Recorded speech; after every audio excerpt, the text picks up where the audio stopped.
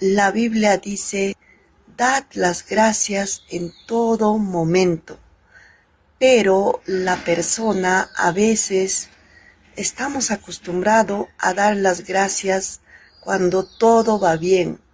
Debemos dar las gracias aún en la peor circunstancia de tu vida. Dale gracias a Dios.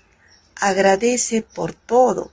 Si tú sabes agradecer por lo poco, pues Dios también nos bendecirá grandemente. Que no te importe tu circunstancia, simplemente sé agradecido. La gratitud es la llave hacia la bendición. El agradecimiento es una palabra de gran valor. Seamos agradecidos. Que tengas un día excelente, un día muy bendecido.